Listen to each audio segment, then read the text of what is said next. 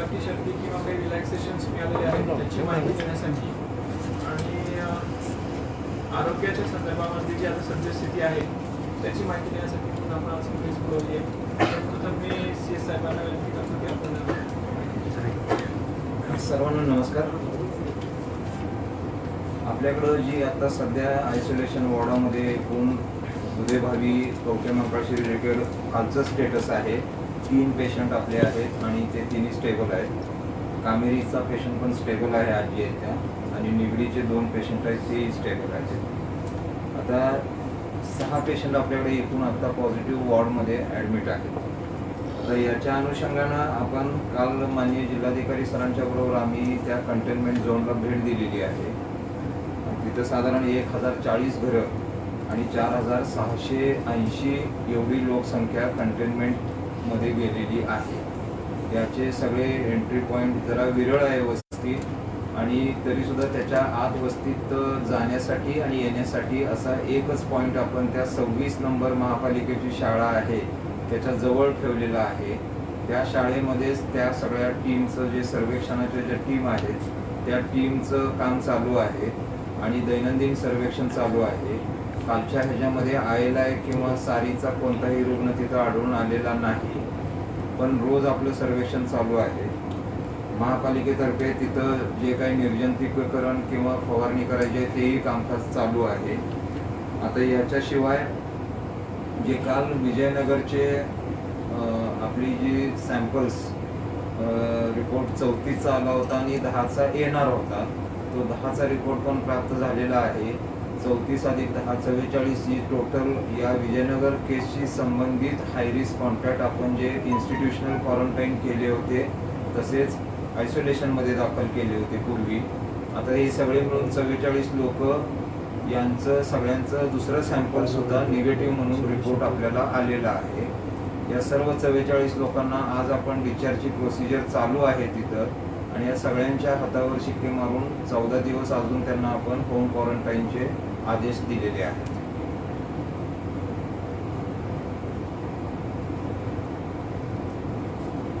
याच्याशिवाय या वाघमोडे नगरमध्ये काल आपण परवा दिवशीच म्हणजे ही जी पेशंट जी वाघमोडे नगरची जी पॉझिटिव्ह आली त्याच्यानंतर 26 लोक आपण गव्हर्नमेंट पॉलिटेक्निकला इन्स्टिट्यूशनल क्वारंटाईन केली होती. त्याची पण सॅम्पल आपण काल घेतलेली आहे, त्याचा रिपोर्ट आज येईल. याशिवाय काल परत सापडलेले 5 लोक आपण इन्स्टिट्यूशनल क्वारंटाईन केलेले आहेत, त्यांची सॅम्पल आता सकाळी घेतलेली आहेत. म्हणजे 26 आणि 5 31 सॅम्पल आपल्याला हे हाय रिस्क कॉन्टॅक्ट या वाघमोडे नगरच्या पेशंटशी रिलेटेड आपल्याला येणं बाकी आहे. याशिवाय आयसोलेशन वॉर्डामध्ये या पेशंटशी रिलेटेड अजून 3 लोक आम्हाला क्लोज कॉन्टॅक्टमधली सापडली, त्यांना आपण ॲडमिट केलेलं आहे, त्यांचं सॅम्पल घेतलेलं आहे, त्यांचाही रिपोर्ट आज आपल्याला अपेक्षित आहे.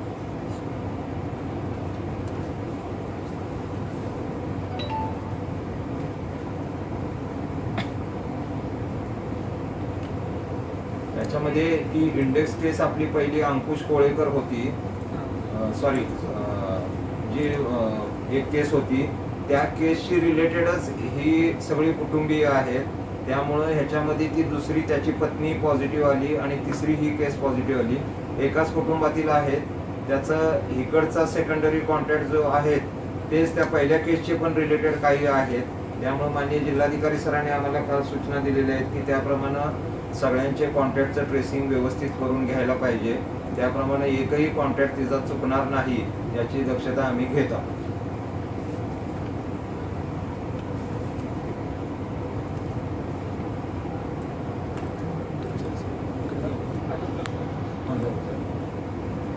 रिलेटेड एक प्रश्न आहे, म्हणजे थोडक्यात आपल्याकडे सध्या ज्या एकूण ऍक्टिव्हिटी 6 केसेस आहेत, त्यातली कॉर्पोरेशन एरियामध्ये जे आहेत मूळची बघितली तर एकच आहे, आणि बाकीचे जे आहेत 2 ज्या केसेस होत्या मुंबईच्या कॉन्टॅक्टच्या दुधीभावीच्या त्याचं तिथे वास्तव्य होतं काही काळापुरतं कॉर्पोरेशन एरियामध्ये. अदरवाईज ते आपण दुधीभावीमध्ये त्यांना हे केलं होतं जे इंडेक्स केस होते, आणि बाकीचे उरलेले जे आहेत त्या 2 निगडीच्या आणि कामेरीच्या, ते रुरल एरियामध्ये 6 ऍक्टिव्ह केसेस. विजयनगरशी निगडीत प्रश्न असा आहे की विजयनगरच्या रुग्णामुळं हा सगळा परिसर आपण तर आता रिलीफ मिळेल का या भागाला आणि सांगली मिरज रस्ता सुरू होईल? सांगली मिरज रस्ता जो आहे तो बेसिकली कंटेनमेंट झोनमधनं जातो. कंटेनमेंट झोनच्या बाबतीमध्ये 28 लास्ट पॉझिटिव्ह केस आली तर त्याच्यापासून 28 दिवस असा जो आपला एक हे आहे गाईडलाईन्स दिल्या होत्या इनिशियली, त्याच्यानुसार आपण त्या फॉलो करणार आहोत. परंतु दोन्ही साईड ब्लॉक करून काही ॲडिशनल थोडंसं आपल्याला व्हेहिक्युलर ट्रॅफिक तिथे वाढवता येईल का त्याची आपण तपासणी करणार आहोत. कारण की काही रिलॅक्सेशन्स आता ॲडिशनल मिळणार आहेत उद्यापासून, तर त्याच्यानुसार मग थोडं व्हेहिक्युलर ट्रॅफिक कदाचित वाढू शकते, त्यासाठी आपण बघू. परंतु कंटेनमेंट झोन जो आहे तो मात्र 28 दिवसासाठी कंटिन्यू राहणार आहे, लास्ट पॉझिटिव्ह केसपासून 28 दिवस. तर त्याच्यामध्ये आपल्याला रेस्ट्रिक्शन तर ठेवावं लागणार आहे, नाहीतर सतत व्हेहिक्युलर ट्रॅफिक तिथे ॲज रुटीन चाललेली असं अलाव करता येतं. दुसरा महत्त्वाचा एक आजचा इश्यू आहे की इस्लामपूरचे जे आपले लास्ट पॉझिटिव्ह केसपासून जर आज 28 दिवस कंप्लीट होतात आहे, त्याच्यामुळे आम्ही तो कंटेनमेंट झोन आता डिनोटिफाय करण्यासाठी म्हणून प्रक्रिया जी आहे ती सुरू करतो आहोत. आरोग्य विभागाची तशी शिफारस आम्हाला आली की त्या पद्धतीने इस्लामपूरचा जो एरिया आहे कंटेनमेंट झोन तो आता काढण्यात येईल. परंतु तिथे जे लॉकडाऊनचे इतर मेजर्स आहे, इतर ठिकाणी जे अर्बन एरियामध्ये जे मेजर्स आहेत ते थोडे जास्त शिस्तीने आपल्याला पाळणं अपेक्षित आहे, हे महत्त्वाचं आहे. सर्व्हिसमध्ये महिला संबंधित महिलेचं हार्ट अटॅकने निधन झालेलं आहे. त्याच्यामध्ये कोरोनाचा काही संबंध नव्हता, ते ऑलरेडी निगेटिव्ह आले होते कोरोना 2दा. त्याच्यानंतर 14 दिवस ते क्वारंटाईनमध्ये राहून मग नंतर घरी गेले होते. त्याच्यामुळे कोरोनाशी आणि त्या याच्याशी काही संबंध नाही. त्या वय त्यांचं 65 वर्ष होतं आणि त्याच्यामुळे त्यांना एक मायकॉर्डियल इन्फेक्शन म्हणजे हार्ट अटॅक येऊन त्या मयत झाल्या.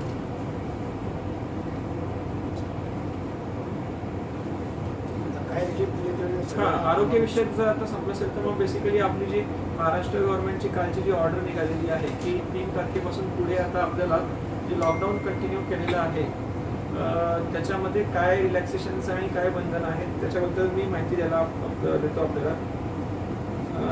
सर्वात पहिला तर मुद्दा आहे की लॉकडाऊन जे आहे ते आहे म्हणजे रिलॅक्सेशन हे त्याच्या बरोबरीने आहे. असं नाही की सगळंच संपलेलं आहे. तर लॉकडाऊन आहे हे आपल्याला जास्त स्ट्रेसफुली सांगायला लागणार आहे की रेस्ट्रिक्शन्स हे डेफिनेटली असणारच आहेत. आपला जिल्हा जो आहे तो हा ऑरेंज झोनमध्ये येतो. ऑरेंज झोनमध्ये जो आहे ही बेसिकली जी झोनिंग आहे वेगवेगळ्या जिल्ह्याची त्यासाठी ती डायनॅमिक असणार आहे. म्हणजे त्याचे क्रायटेरिया हे सेंट्रल गव्हर्नमेंटने टाकून दिलेले आहे. त्याच्यानुसार प्रत्येक जिल्ह्याची झोनिंग केलेली आहे आणि ती वेळोवेळी जी आहे आपलं सेंट्रल गव्हर्नमेंट आणि त्या अनुषंगाने स्टेट गव्हर्नमेंट ही झोनिंग बदलत राहील.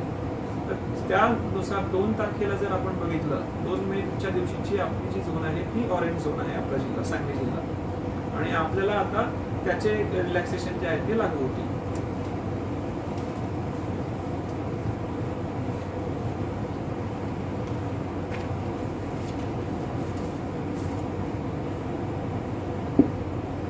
कंटेनमेंट झोनच्या बाबतीमध्ये जे नियम असणार आहेत तेच नियम कंटिन्यू होणार आहे. जिथे जिथे आपण कंटेनमेंट झोन डिक्लेअर केलेले आहेत तिच्यामध्ये जे काही रेस्ट्रिक्शन्स आहेत पहिल्यापासूनचे तेच रेस्ट्रिक्शन चालू राहणार आहेत. म्हणजे कंट्रोल्ड एक्झिट एंट्री, तसंच पेरिमीटर कंट्रोल आपला स्ट्रिक्ट ठेवणे, अत्यावश्यक सप्लाय आणि मेडिकल शॉप्स याच्या व्यतिरिक्त कोणतेही दुकानं किंवा कोणतेही काही तिथे उघडलं जाणार नाही कंटेनमेंट झोनमध्ये. आणि स्ट्रॉंग जी डिसइन्फेक्शन ड्राईव्ह घेणं किंवा ॲक्टिव्ह सर्व्हिलन्स कंडक्ट करणं या सगळ्या ज्या गोष्टी आहेत या ॲज इट इज कंटिन्यू केल्या जातील. याच्यात एक ॲडिशन आता जे आहे की कंटेनमेंट झोनमध्ये जे कोणी लोक राहतात त्यांना 100% आरोग्य सेतू ॲप त्यांनी डाउनलोड करावं या संदर्भातल्या गव्हर्नमेंटच्या सूचना आलेल्या आहेत आणि त्यानुसार आम्ही आदेश पण निर्गमित करणार आहोत. याचा फायदा जो आहे एकदा कंटेनमेंट झोन संपल्यानंतर त्या लोकांच्या मुवमेंट जेव्हा चालू होतील तेव्हा आपल्या सर्वांना तुम्हाला माहिती आहे आरोग्य सेतू ॲप कसं काम करतं, तर त्याचा आपल्याला फायदा होईल. म्हणून 100% आरोग्य सेतू ॲप जे आहे ते कंटेनमेंट झोनच्या लोकांना डाउनलोड करणं अनिवार्य राहणार आहे. आम्ही ते आमच्या आरोग्य विभागामार्फत जे ऍक्टिव्ह सर्व्हिलन्सचं काम करतात त्यांच्यामार्फत ही डाउनलोड करून घेऊ त्यांची. कोणकोणते restriction as it is continue राहणार आहेत त्याची मी यादी सुरुवाती आता आपल्याला वाचून दाखवतो. एअर ट्रॅव्हल जी आहे ती ॲज इट इज बॅन राहणार आहे. ट्रेन्स एक्सेप्ट स्पेशल ट्रेन्स जर काही MHA अप्रूव्ह केल्या त्या वगळता सर्व पॅसेंजर ट्रेन्स जे आहेत ते बंद राहणार आहेत. बसेस इंटरस्टेट एक्सेप्ट स्पेशल ज्या आपल्या मायग्रंटसाठी वगैरे काही जर MHA अप्रूव्ह केल्या तर त्या वगळता इतर कोणतेही बसेस चालणार नाही. इंटरस्टेट मुवमेंट जी आहे काही स्पेसिफिक केसेस ज्या MHA अप्रूव्ह केल्या त्या वगळता सगळ्या बंद राहतील. शाळा, colleges, educational training coaching institution हे सगळे बंद राहतील 17 मे पर्यंत. फक्त ऑनलाईन जे आहे ते कंटिन्यू राहील. ऑनलाईनसाठी प्रोव्हिजन अगोदरही होतीच. हॉटेल्स हे सगळे बंद राहणार आहे. हॉस्पिटॅलिटी इंडस्ट्री जी आहे ती सगळी बंद राहणार आहे. एक्सेप्ट जर काही आपले आरोग्य कर्मचारी वगैरे हॉटेलमध्ये राहत असतील ते इथे स्टँडर्ड आहे ते तर ती आपल्याकडे काही तशी स्थिती नाही आहे सध्या. फार मोठ्या प्रमाणात ती काही स्थिती नाही आहे. त्याच्यामुळे फॉर प्रॅक्टिकल पर्पजेस सगळे हॉटेल्स जे आहेत ते आपले बंदच राहणार आहेत. सिनेमा हॉल बंद राहतील. Shopping malls, gymnasium, sports complex, swimming pools, सगळे एंटरटेनमेंट पार्क्स, थिएटर्स, बार्स म्हणजे जिथे बसून लिकर कन्झम्पशन केलं जातं ते लायसन्सेस सगळे जे आहेत ते बंद राहतील. ऑडिटोरियम्स, असेंब्ली हॉल्स आणि अशा ज्या तिथे लोक एकत्र जमतात त्या पद्धतीच्या जागा. सर्व social, political, sports, entertainment, academic, cultural आणि रिलिजियस फंक्शन हे होणार नाही 17 तारखेपर्यंत. तो आदेश जो आहे आपला तो कंटिन्यू राहील. कोणत्याही पद्धतीचं धार्मिक प्रार्थना स्थळ जे आहे तिथे सुद्धा जनरल पब्लिकसाठी ते बंद राहील. कोणत्याही स्वरूपाची धार्मिक गॅदरिंग म्हणजे एकत्र येणे ही बॅन असणार आहे. या सगळ्या अगोदरही रेस्ट्रिक्शन्स होते हे ॲज इट इज पुढे कंटिन्यू झालेले आहेत. काही ॲडिशनल गोष्टी ज्या आहेत आता बऱ्याचशा नॉन इसेन्शियल ॲक्टिव्हिटीज काही सुरू होणार आहेत आपल्याकडे त्याच्यासाठी परमिशन दिलेले आहेत. तर त्याच्यामुळे त्यात काही ॲडिशनल पॉईंट्स टाकलेले आहेत की नॉन इसेन्शियल ॲक्टिव्हिटीजसाठी जी लोकांची मुवमेंट होती आहे ती रेस्ट्रिक्ट करण्यात आली आहे सकाळी 7 ते संध्याकाळी 7 पर्यंत. आणि त्या संदर्भाने जे आम्हाला आदेश निर्गमित करायचे आहेत ते आता आम्ही करणार आहोत. प्रोहिबिटरी ऑर्डर जे आहे 144च्या ते आम्ही आमच्या स्तरावरनं निर्गमित करू की नॉन इसेन्शियल ॲक्टिव्हिटीजमध्ये इन्व्हॉल्व असलेले लोक जे आहेत त्यांची जी मुवमेंट होते आहे ती सकाळी 7 ते संध्याकाळी 7च्या दरम्यानच होईल. तसंच सगळ्या झोनमध्ये म्हणजे ग्रीन असो, ऑरेंज, आपलं तर ऑरेंजच आहे, ऑरेंज झोन असो, कंटेनमेंट झोनला तर वेगळाच फरक आहे, त्याचे नियम आणखी वेगळे आहेत. ऑरेंज झोनसाठी आपल्याकडे पर्टिक्युलरली 65 वर्षाच्या वयावरची लोक, ज्या लोकांना काही कोमॉर्बिडिटीज आहे म्हणजे डायबिटीस आहे, हायपरटेन्शन आहे, IHD आहे, प्रेग्नंट महिला आणि 10 वर्षाच्या खालची मुले यांनी घरामध्येच थांबणं अपेक्षित आहे एक्सेप्ट मेडिकल इमर्जन्सी किंवा काही इसेन्शियल रिक्वायरमेंट असेल तर. आणि त्यासाठी आम्ही 144ची ऑर्डर पण त्या पद्धतीने आम्ही निर्गमित करतो. कंटेनमेंट झोन मधले जे आपले मेडिकल सेंटर्स आहेत किंवा OPD जे आपण अगोदरच बंद केलेले आहेत तिथे जर कोणाला आरोग्याची सुविधा आवश्यक असेल तर त्यांनी आम्हाला अप्रोच केला तर त्याला आपण स्पेसिफिक आपले ज्या गव्हर्नमेंटचे ज्या वेगवेगळे सेंटर्स आहेत त्या ठिकाणी ती आरोग्य सुविधा उपलब्ध करून देऊ शकतो.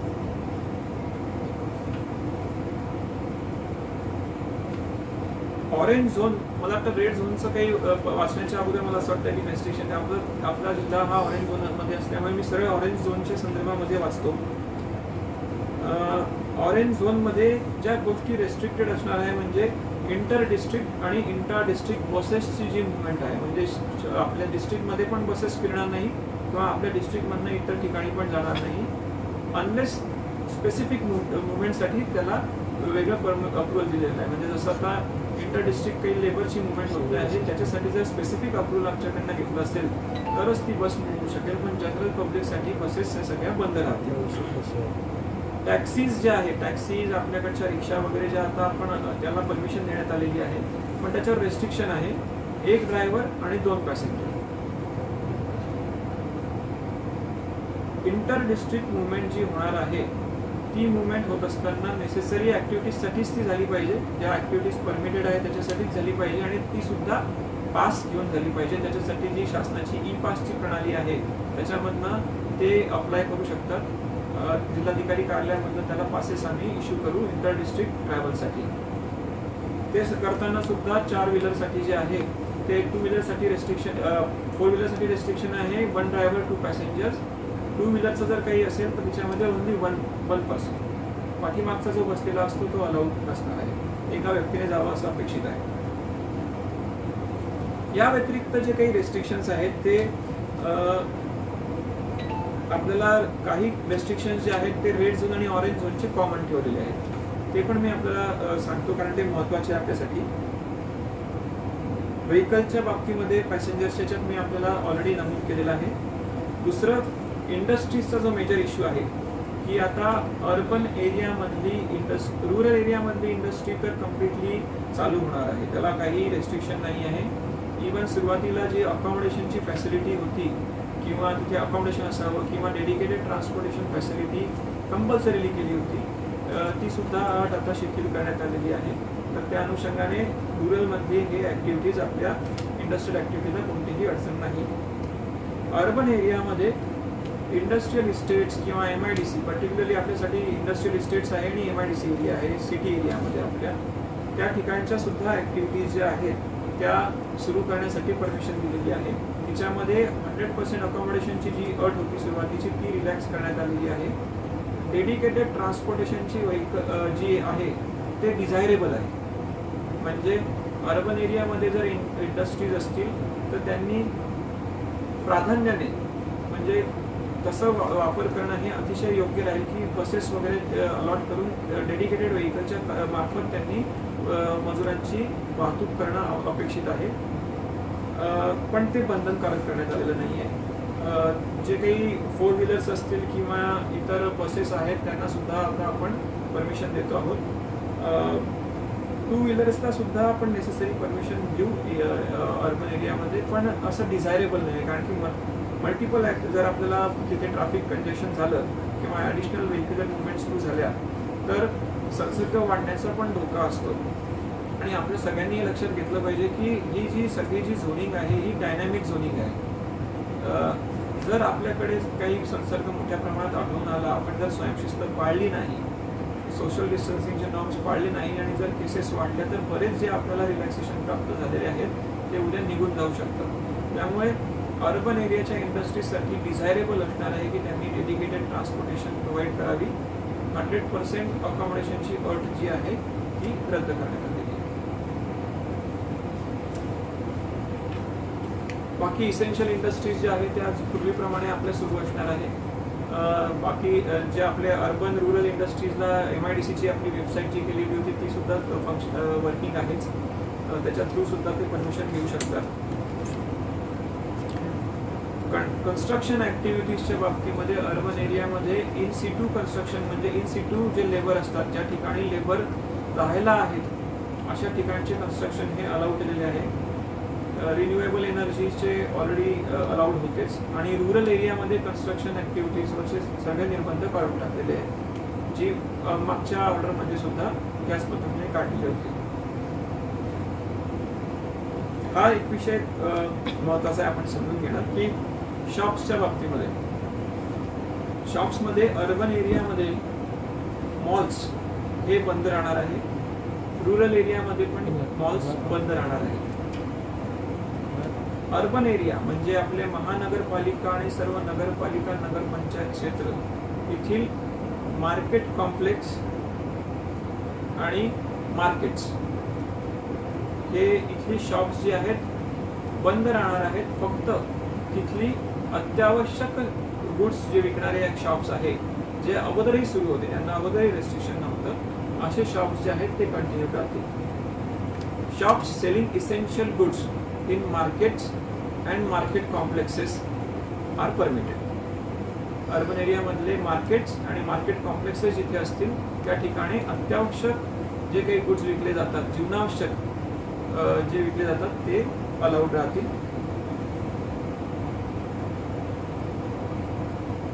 बाकी जी सिंगल शॉप्स आहे किंवा कॉलनीमधले शॉप्स आहेत, रेसिडेन्शियल कॉम्प्लेक्समधले शॉप्स आहेत, ते अर्बन एरियामध्ये ओपन करण्यासाठी परमिशन दिलेली आहे, प्रोव्हाइडेड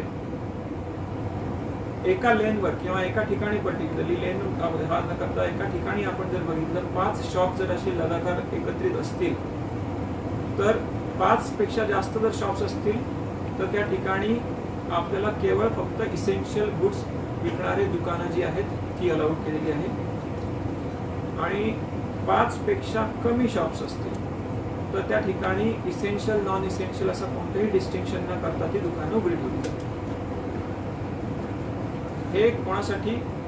हे सिंगल शॉप्स, कॉलनी मधले शॉप्स आणि रेसिडेन्शियल कॉम्प्लेक्स काही असतात त्याच्यामध्ये काही शॉप्स असतात त्यांच्यासाठीच आहे.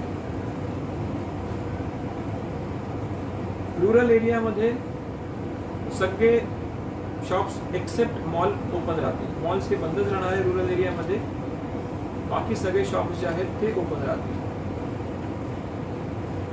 आणि सोशल डिस्टन्सिंगचे नॉर्म्स जे आहेत हे सगळीकडे फॉलो करावेत हे बंधनकारकच आहे.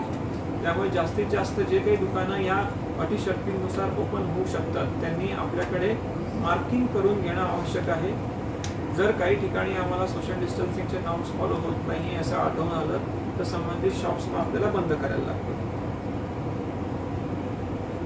ई कॉमर्स जे आहे ते फक्त इसेन्शियल गुड्ससाठी आणि मेडिकल सप्लाईजसाठी सुरू करण्यात आलेला आहे. सिटी एरिया असो किंवा रुरल एरिया असो तिथे ई कॉमर्स म्हणजे जे ऑनलाईन आपण शॉपिंग वगैरे ज्या म्हणतो ई कॉमर्स ॲक्टिव्हिटीज ज्या आहेत त्या इसेन्शियल गुड्ससाठी आणि मेडिकल सप्लाईजसाठी सुरू करण्यात आलेल्या आहेत. प्रायव्हेट ऑफिसेस जे आहेत ते ऑपरेट करू शकतात 33% स्ट्रेंथ, म्हणजे त्यांचा स्टाफ जर 100 असेल तर 33 एवढ्या स्ट्रेंथमध्ये प्रायव्हेट ऑफिसेस ही काम करू शकतात. गव्हर्नमेंट ऑफिसेसच्या बाबतीमध्ये ज्या अत्यावश्यक सेवा पुरवणारे ऑफिसेस आहेत त्यांचे तर 100% स्टाफ येणारच आहे, यापूर्वी येतोच आहे. आणि जे अत्यावश्यक सेवा वगळता इतर जे आहेत त्याच्या संदर्भामध्ये त्यांनी कॅटेगरायझेशन केलेलं आहे. डेप्युटी सेक्रेटरी लेवल आणि त्याच्या खालची ही मुख्यतः मंत्रालय किंवा मोठे जे सेंट्रल गव्हर्नमेंट ऑफिसेस त्यासाठी लागू होतं. आपल्याकडे अत्यावश्यक सेवा पुरवणारे सर्व 100%, उरलेले सगळे जे ऑफिसेस आहेत ते 33% नॉर्मल स्टाफ आणि अधिकारी वर्ग सगळा असतोच. हा एक महत्त्वाचा मुद्दा आहे की प्री मान्सून वर्क जे शासकीय कामं जे होती ती जी अलाउ केली होती त्याच पद्धतीने काही प्रायव्हेट बिल्डिंग्सची कामं सुद्धा झालेली आहे ज्याच्यामध्ये बेसमेंटसाठी खड्डे करून ठेवलेले आहेत किंवा काही नेसेसरी प्रोटेक्शन जे करायचं आहे बिल्डिंगचं, प्री मान्सून वॉटरप्रूफिंगचा विषय आहे. हे असे जे बिल्डिंग्स आहेत त्यांचं करण्यासाठी सुद्धा परमिशन देण्यात आलेली आहे.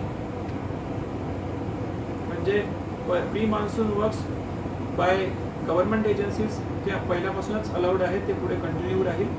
आणि इतर ज्या काही बिल्डिंग्स आहेत त्या बिल्डिंगच्या संदर्भामध्ये जे फक्त ही वर्क करायचे, फॉर एक्झाम्पल प्रोटेक्शन ऑफ बिल्डिंगसाठी केलेली कामं, shuttering, waterproofing, flood protection, propping and structural repairs of buildings, demolition of unsafe buildings ज्या पावसाळ्यात पडू शकतात वगैरे, अशा जी कामं आहेत ती कामं करण्यासाठी परमिशन देण्यात आलेली आहे. बाकी काही कॉर्पोरेशनमध्ये ही नाही आहे, त्याच्याबद्दल मी बोलत नाही, आपल्या ठिकाणी आहे त्याच्यामुळे मी सांगतोय. तर ही साधारणतः आपल्याकडे परमिट केलेल्या ॲक्टिव्हिटीजची लिस्ट आहे. त्याचे जे रेस्ट्रिक्शन्स आहेत ते सुद्धा मी तुम्हाला सांगितलेले आहेत. या संदर्भामध्ये मी तुम्हाला सांगितलं की लिस्ट जी आहे ती डायनॅमिक आहे. जसे आपल्याला लिस्टमध्ये जर झोन्स बदलले जिल्ह्यामध्ये तर त्याच्यानुसार नेसेसरी परमिशन्स काय द्यायच्या किंवा काय देऊ नये या संदर्भातल्या ज्या स्टेट गव्हर्नमेंटच्या गाईडलाईन्स आहेत त्याच्यानुसार आपण पुढे कार्यवाही करू. पहिल्यापासून इंटरस्टेट मुवमेंट ऑफ ट्रक्स जी आहे ती अलाउड आहे, त्यासाठी वेगळा कुठल्याही आता पासची आवश्यकता नाही. गुड्स घेऊन जाणारे ट्रक्स जे आहेत, इवन एम्प्टी ट्रक्स म्हणजे माल सप्लाय करून परत जात आहेत तर त्यांची परमिशन आहे ती अलाउ केलेली आहे. त्याच्याबद्दल कुठेही आता पहिले पण नव्हतं, आताही नाही आहे.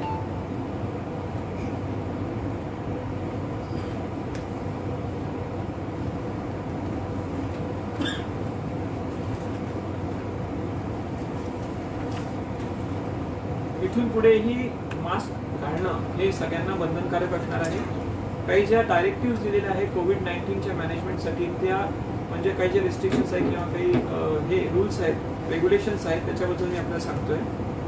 फेस कव्हर हे इथून पुढेही कंपल्सरी राहणार आहे. सोशल डिस्टन्सिंगचे नॉर्म्स फॉलो करणं हे बंधनकारक असणार आहे. कोणत्याही पब्लिक प्लेसमध्ये एक्सेप्ट परमिटेड ॲक्टिव्हिटीज 5 पेक्षा जास्त लोक जे आहेत त्यांची गॅदरिंग होऊ नये हे अजूनही पुढे कंटिन्यू असणार आहे. No organisation oblique manager of public place shall allow gathering of 5 or more persons. त्या पद्धतीचा 144चा जो आदेश आहे तो आपण पुढे कंटिन्यू ठेवणार आहे. मॅरेजेसच्या बाबतीमध्ये परमिशन देण्यात आलेली आहे. मॅरेजेस रिलेटेड जे गॅदरिंग असतील त्याच्यामध्ये सोशल डिस्टन्सिंग ठेवणं बंधनकारक राहील आणि मॅक्झिमम लोकांची संख्या ही 50 केलेली आहे. फ्युनरलच्या बाबतीमध्ये पहिल्यापासून परमिशन होती. सोशल डिस्टन्सिंगचे नॉर्म फॉलो करून 20 लोकांपर्यंत फ्युनरल जे आहे म्हणजे अंत्यविधी ते अलाउ करण्यात आले होते.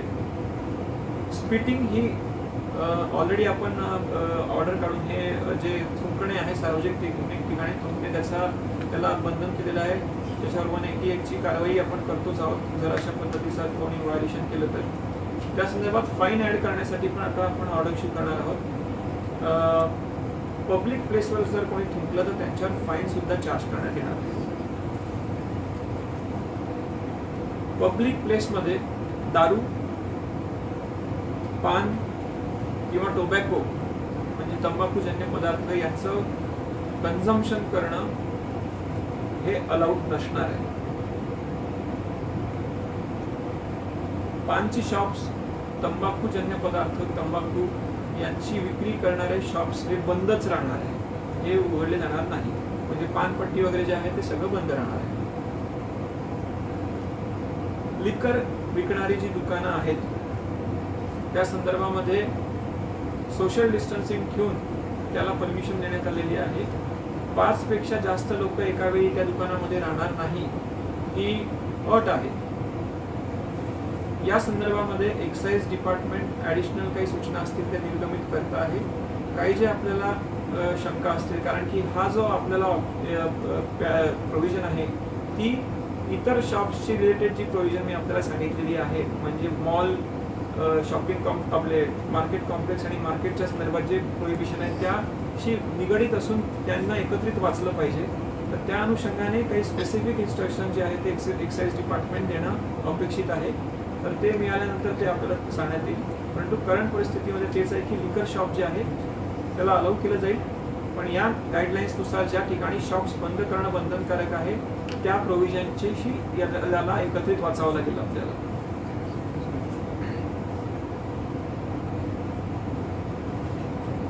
वर्क प्लेसेससाठी सुद्धा मी आपल्याला सांगितलं की याच्या अगोदर आपले जे सोशल डिस्टन्सिंगचे नॉर्म्स होते ते सगळे आपल्याला फॉलो करायचे आहेत किंवा जे थर्मल स्कॅनिंग असतील, हँडवॉश, सॅनिटायझर्स वगैरे प्रोव्हाइड करणं, स्टॅगर्ड शिफ्ट्स असणं, या सगळ्या ज्या गोष्टी आहेत या पुढेही कंटिन्यू राहणार आहेत.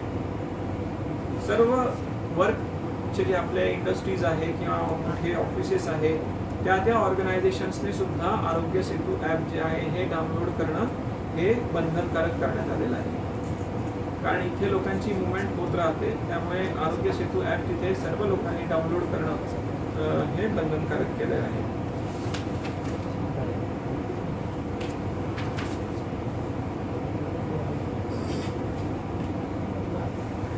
आणि मी आपल्याला अगोदरही सांगितलं की ट्रान्सपोर्ट फॅसिलिटीजच्या बाबतीमध्ये ते सोशल डिस्टन्सिंग एन्श्युअर करून अशा पद्धतीने ट्रान्सपोर्ट फॅसिलिटीज या इंडस्ट्रीसाठी किंवा ऑफिसेससाठी वगैरे अरेंज केल्या जातील. जिल्हाबंदी काय नसते. जिल्हा इंटर डिस्ट्रिक्ट जे ट्रान्सफर आहे ते फक्त परमिटेड ॲक्टिव्हिटीजसाठी विथ पास अलाउ केलेलं आहे. परमिटेड ॲक्टिव्हिटीजसाठी त्यांना पासेससाठी अप्लाय करायला लागेल. त्याची पासची सिस्टीम आपल्याकडे मी तुम्हाला जसं सांगितलं की ई पासची जी सिस्टीम आहे, MH पोलीसची जी सिस्टीम आहे ती आता कोविड-19 MH पोलीस ती आता स्टेट गव्हर्नमेंटने अडॉप्ट केलेली आहे आणि स्टेट गव्हर्नमेंट पण त्याच्या थ्रूच पासेस इश्यू करेल इंटर डिस्ट्रिक्टचे.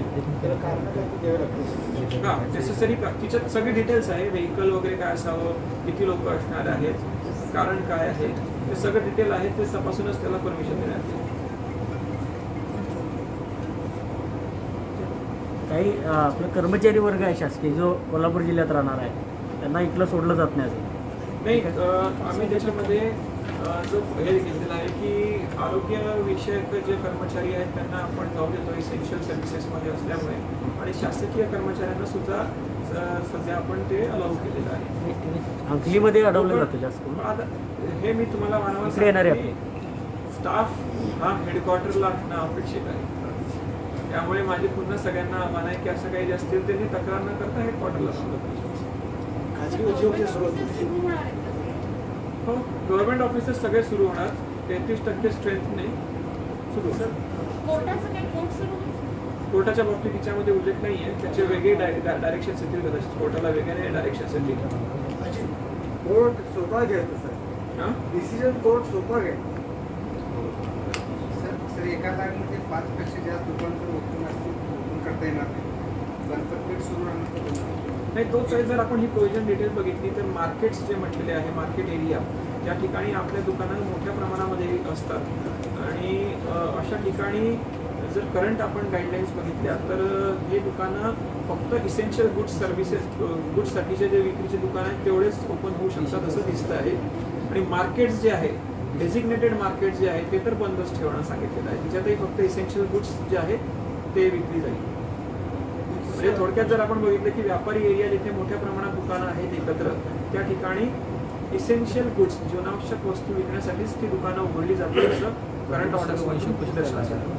पण मार्केटमध्ये जर का दारूचं लिकरचं दुकान जर का असेल तर ते त्याला उघडायला परवानगी देणार. मी तेच सांगितलं की सध्या जी गाईडलाईन्स आहे तिच्यामध्ये दोघी जर आपण प्रोव्हिजन एकत्रित वाचल्या तर असं दिसत आहे की ज्या ठिकाणी मार्केट कॉम्प्लेक्स किंवा मार्केट्समधले दारूची दुकानं हे बंद राहतील, कारण की ते इसेन्शियलमध्ये येत नाही. परंतु या संदर्भामध्ये एक्साईज विभाग जो आहे, जर त्यांनी काही वेगळ्या सूचना निर्गमित केल्या तर त्या संदर्भातल्या सूचना तशा फॉलो केल्या जातील. पण आजच्या स्थितीला जर आपण या गाईडलाईन्स वाचल्या तर त्याचं तेच दिसतं आहे. लिकरच्या बाबतीत काही गोष्टी क्लिअर कराव्या लागतील. एक तर फक्त काउंटर सेल आहे, पार्सल विक्री अलाउड आहे का, आणि जे लोक आणायला जातील त्यांना काही पास द्यायचे आहेत का, मग ते याच्यात पासेस वगैरे असा विषय नाही आहे या मुवमेंटसाठी. आता गाईडलाईन्समध्ये त्यांनी म्हटलंय की एका दुकानामध्ये 5 पेक्षा जास्त लोक नको, त्याच्यामुळे तिथे जाऊन जे आहे ते परचेससाठी अलाउ केलेलं आहे. आणि कन्झम्पशन ज्या ठिकाणी होतं ते बेसिकली बार्स आणि त्या ठिकाणी एकत्र बसून जे पिलं जातं ते तर ऑलरेडी बंदच आहे. आणि दारू मी थोड्या पिताना लायसन्स शिवाय दारू मिळत नाही काय. सर देशी दारू दुकानामध्ये तिथं बसून पण करायला मिळते आणि घेऊन पण जावं. कोणत्याही शॉपमध्ये जिथे बसून प्यायची आहे ते अलाउ केले जाणार नाही. प्रश्न दुसरा फक्त असा पार्सल आहे घेऊन जावे. तिथे ओव्हर द काउंटर जे आहे तेच बसून कन्झम्पशन जे आहे ते अलाउ केलं जाणार नाही. तर मग वाईन शॉपला परवानगी देणार का परमिट रूम असं काय तसं काय परमिट रूम म्हणजे बार्स सगळे बार आला. त्याला बॅनच ठेवलेला आहे. म्हणजे फक्त wine आता shop. क्लिअर म्हटलेलं आहे ना त्यांनी की परमिट रूम सुद्धा बॅनच असलेला आहे, त्यामुळे ते उघडे पार्सल ते कसे कंट्रोल करणार. काय मी दारू आणायला चालू असं सांगून खूप सारे लोक जर बाहेर पडले तर त्यांना आपण थांबवणार की सोडणार आणि कसं कंट्रोल करणार. नाही, ही पोलीस विभागाला त्या सूचना दिलेल्या आहे की गर्दी अनावश्यक जिथे वाढली तिथे आपल्याला स्टॅगर्डच ठेवावं लागणार आहे. लोकांनी एकत्र बाहेर निघू नये, खूप मोठ्या प्रमाणात बाहेर निघू नये हे आवश्यकच आहे. जर अशा काही परिस्थिती आपल्याला निदर्शनास आली तर मग आम्हाला वस्तुस्थिती बघून काही दुकानं बंद करण्यासाठी म्हणून मला जिल्हा स्तरावर निर्णय घ्यायला लागतील. कारण शेवटी सोशल डिस्टन्सिंग पाळण्यासाठी म्हणून आपण लॉकडाऊन सगळा करतो, आणि त्याचा मूळ उद्देश जर साध्य होणार नसेल तर मग आपल्याला काही स्टेप्स घ्यावे लागतील. तर त्याच्यासाठी म्हणून माझी विनंती सगळ्यांना आहे की जरी काही रिलॅक्सेशन दिलेले आहे तरी सोशल डिस्टन्सिंगचे नॉर्म्स पाळणे, गर्दी न होऊ देणे, अनावश्यक बाहेर न पडणे हे महत्त्वाचं आहे. जर हे पाळलं गेलं नाही आणि त्याच्यातनं अधिक केसेस झाल्या किंवा मोठ्या प्रमाणात गर्दी झाली तर आम्हाला काही एक्स्ट्रा स्टेप्स जे आहेत ते आम्हाला घ्यावे लागतील. सलूनची दुकानं चालू होती. सलूनचे दुकानं चालू राहतील, त्याला दुकानच्या टाईपला प्रॉब्लेम नाही आहे. पण पुन्हा तोच विषय आहे की ते मार्केट आणि कॉम्प्लेक्स वगैरेचा जो विषय आहे त्याच्यातही बरेच आपले सलूनची शॉप्स आहेत, तर आणि ते पण नॉन एसेन्शियलमध्ये येतं. त्याच्यामुळे त्या दोघी प्रोव्हिजन नेहमी आपल्याला एकत्र वाचून काय करायला लागणार आहे. एखाद्या ठिकाणी असं जर सलूनचं वेगळं स्टँडअलोन शॉप आहे तर त्याला काही अडचण नाही आहे. बॉन्ड मिळायला चालू होतील का नाही होणार आता? जे आपले बॉन्ड जे मिळतात आता ते चालू होतील का नाही? कारण ट्रेझरीमधून पण बॉन्ड सेपरेट मिळत नाहीयेत आणि वेंडर ही बॉन्ड देत नाहीये. बॉन्ड म्हणजे बॉन्डला काही अडचण नाही आहे. आता नॉन इसेन्शियलला अलाव केलेलं आहे, पण मग तेच आहे की थोडं सेल्फ डिसिप्लिन त्या लोकांनी पाळली पाहिजे. एका ठिकाणी 5 पेक्षा जास्त शॉप्स नसावेत, कारण मग ते पुन्हा हे केलं 5 पेक्षा जास्त शॉप जर ओपन असतील आपल्याला आढळून आले तर मग त्यांना आपल्याला बंद करून फक्त इसेन्शियल. आता bond is not essential good. नाही सर, उद्योग म्हणजे जे आता प्रपोजल आहेत आता PMRY PMEGPचे ते बॉन्ड मिळत नाहीयेत म्हणून साधारण एप्रिलपासून त्यांनी पेंडिंग ठेवलेली आहे की आजही जर तिथं गेला तर ते काय सांगतात की बॉन्ड घेऊन या, मी तुमचे चेक काढून देतो. हे बघा, बॉन्ड विक्रीला कोणतंही रेस्ट्रिक्शन नाही. ते दुकान मधनं बॉन्ड विक्री होऊ शकते, पण रेस्ट्रिक्शन हे आपण बघितलं पाहिजे की बॉन्ड विक्री करणारे दुकानं जर 10 एकसाथ असतील एका ठिकाणी तर मग ते कशा आपल्याला एकसाथ अलाउ करता येतील. ती 5 दुकानांची जी अट आहे ती लागूच आहे ना. तर वन शॉपला जर काय एखादा शॉप आहे, दुसरा शॉप, 2-3 शॉप्स आहे एका ठिकाणी, तर त्या नॉन इसेन्शियल गोष्टी ज्या आहेत त्या आपल्याला अलाउ करू शकतात. परंतु 5 पेक्षा जास्त शॉप जर एका ठिकाणी आढळून आले तर त्या ठिकाणी आपल्याला नॉन इसेन्शियल गोष्टी विकण्यासाठी परमिशन नाही आहे. वेळेची काय मर्यादा सर आहे वाईन शॉपला का? वेळ अशी काय रिस्ट्रिक्शन केलेली आहे? कारण नाहीतर ते 24 तास चालू ठेवतील. नाही, 24 तास तर नाही आहे. हां सर. त्याचे जे रेग्युलर टायमिंग आहे त्याच पद्धतीने होणार आहे. 7 ते 7. सकाळी 7 ते संध्याकाळी 7. दारूची दुकान 10 पर्यंत अलाउड आहे. Movement of individuals for non essential activities जी आहे ती 7 ते 7 अलाउ केलेली आहे. बरोबर. त्या वेळेपर्यंतच राहणार ना सर? हां? त्या वेळेपर्यंतच राहणार ना? मग तसंच व्हायला पाहिजे. आता त्या संदर्भात मी तुम्हाला अगोदरच बोललो की एक्साईज विभाग या संदर्भामध्ये डिटेल गाईडलाईन्स काढताय. तर एक्साईज विभागाची जेव्हा येईल गाईडलाईन तेव्हा तुम्हाला माहिती देऊ. सर आता उद्यापासून लोकांना असं वाटलं की आम्ही आता मुक्त होणार आहे असं काही लोकांमध्ये चर्चा आहे, तर काय सांगलीकरांना आपलं आव्हान राहणार? नाही, मी वारंवार त्याच्यावर स्ट्रेस देतोय की लॉकडाऊनचा पिरियड हा 17 तारखेपर्यंत एक्सटेंड झालेला आहे. आपल्याला काही जे रिलॅक्सेशन दिलेले आहे ते एकतर सोशल डिस्टन्सिंगचे नॉर्म्स पाळन करणे, अनावश्यक गर्दी न करणे, प्रॉपरली मास्क घालणे, या सर्व ज्या अटी शर्ती आहेत त्याला अधीन राहून दिलेल्या आहेत. आतापर्यंत जी आपण सेल्फ डिसिप्लिन पाळली त्याच्यामुळे आपला जिल्हा सुरुवातीला जो हॉटस्पॉट होता तो ऑरेंज झोनमध्ये आलेला आहे. पण जर आपल्या केसेसची संख्या वाढली किंवा रॅपिडली आपल्याकडे नवीन पॉझिटिव्ह केसेस आढळून आल्या तर त्याच्यामुळे ही जिल्ह्याची झोन हे आहे झोन्स आहे ही डायनॅमिक झोनिंग आहे, तर ती सुद्धा बदलू शकतं आणि आपल्याला ज्या बऱ्याचशा सवलती आता मिळालेल्या आहेत त्या आपल्याला नंतर कराव्या लागू शकतात. असं होऊ नये म्हणून आतापर्यंत आपण सर्वांनी जी शिस्त दाखवलेली आहे ती इथून पुढे दाखवणं आवश्यक आहे आणि शिस्तबद्ध पद्धतीने शासनाने ज्या पद्धतीने डायरेक्शन्स दिलेले आहेत त्या दृष्टीने जे रिलॅक्सेशन्स आहेत त्याचा आपण वापर करू शकतो. गल्ल्याचे बंद केले आहेत सगळ्या शहरातल्या गल्ल्या मोकळ्या करणार. काही आता त्याबद्दल आम्ही निर्णय घेऊ. SP साहेबांशी बोलून आम्ही निर्णय घेणार आहोत, कारण की मुवमेंट कदाचित ही याची आता इंडस्ट्रीयल वर्कर्स असतील किंवा इतर गोष्टींसाठी ती थोडी मुवमेंट चालू होणार.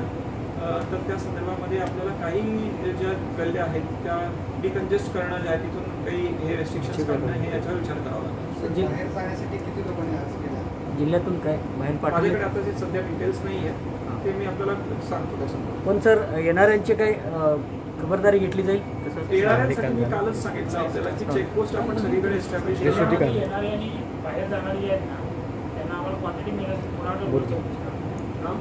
याची माहिती कुणा?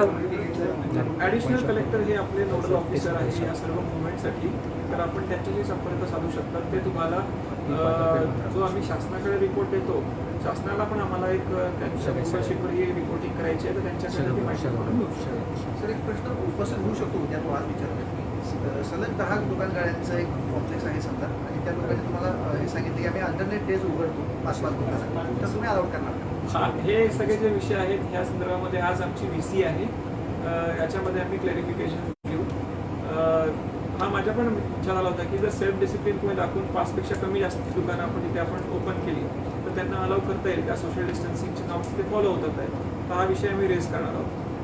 ते क्लॅरिफिकेशन मिळालं की बाजारपेठेतले एक लाईन एके दिशेने एक लाईन एके दिशेने ओपन करायचं 5 दुकानांचं जर रेस्ट्रिक्शन जे दिलेलं आहे जोपर्यंत ते रिलॅक्स होत नाही तोपर्यंत एक लाईन आणि दुसरी लाईन असं आपल्याला करणं अवघड आहे.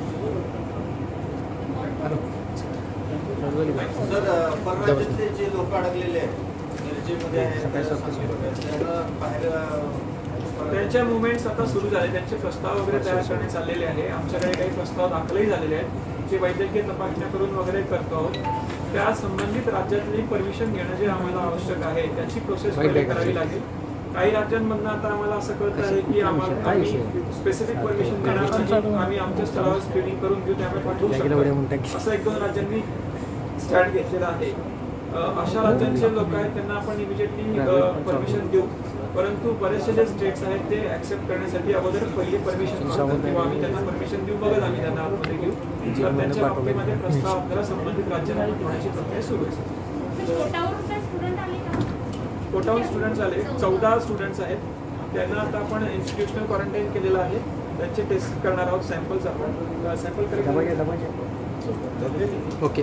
त्यांचा रिझल्ट आल्यानंतर मग पुढे त्यांना इन्स्टिट्यूशनल क्वारंटाईन म्हणजे होम क्वारंटाईनला कसं पाठवायचं त्याच्यावर निर्णय घ्यायचा.